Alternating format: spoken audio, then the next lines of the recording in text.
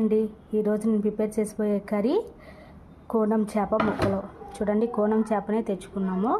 దాన్ని ఉప్పు కారం పెట్టి పక్కన పెట్టుకున్నాను. చూసారా, ఎలా ఉప్పు కారం పెట్టి పక్కన పెట్టుకున్నాను, మసాలా పడుతుందని. చూడండి, కోనం చేప వండడానికి ముందుగా కళాయి పెట్టుకున్నాను. కళాయిలో ఆయిల్ వేసుకుంటున్నాను. ఆయిల్ వేసుకున్నాను, కొంచెం ఆవాలు, ఉల్లిపాయలు, పచ్చిమిరపకాయలు, కరివేపాకు. చూడండి, ఆవాలు వేస్తున్నాయి.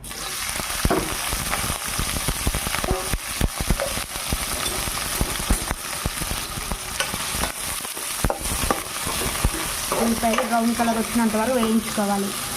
అల్లం వెల్లుల్లి పేస్ట్ పచ్చ దంచుకొని ఫ్రెష్ది వేసుకొని కలుపుకున్నాం. పసుపు, కారం, ఉప్పు, గరం మసాలా వేసుకుంటున్నాం. ఒకటి పెద్ద సైజు టమాటా వేసుకుంటున్నాను. చూడండి ఉల్లిపాయలు ఎలా వేగాయో చూద్దాం. చూసారా ఎంత బాగా ఉల్లిపాయలు వేగాయో. ఇప్పుడు ఈ ముక్కల్ని వేసుకున్నాం, కోనం ముక్కలు. చూడండి, మొత్తం టమాటా మొత్తం బాగా చిదిరిపోయింది. ఇప్పుడు కోనం ముక్కల్ని ఉప్పు కారం పెట్టాం కదా, దీన్ని వేసుకుంటున్నాం.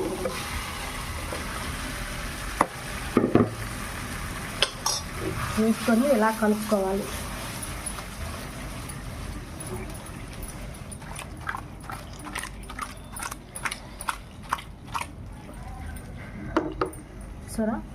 చూడండి, ఒక 2 నిమిషాలు మూత పెట్టి ఉంచుకుందాము. అదంతా మొత్తం మసాలా పడుతుంది.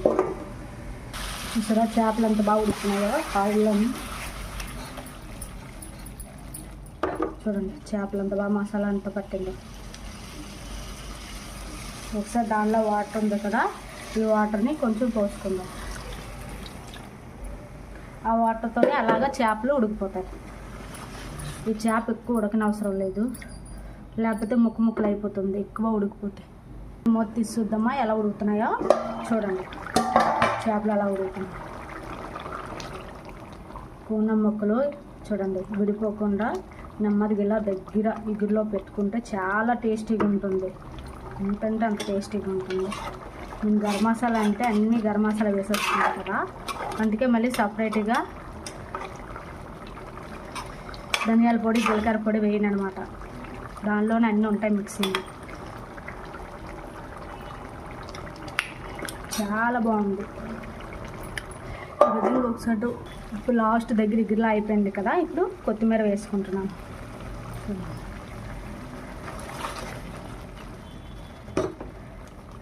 చూసారా, వేడి వేడి అన్నంతో కోనం చేప ముక్కతో తింటే చాలా చాలా అంటే చాలా రుచిగా ఉంటుంది. చూడండి.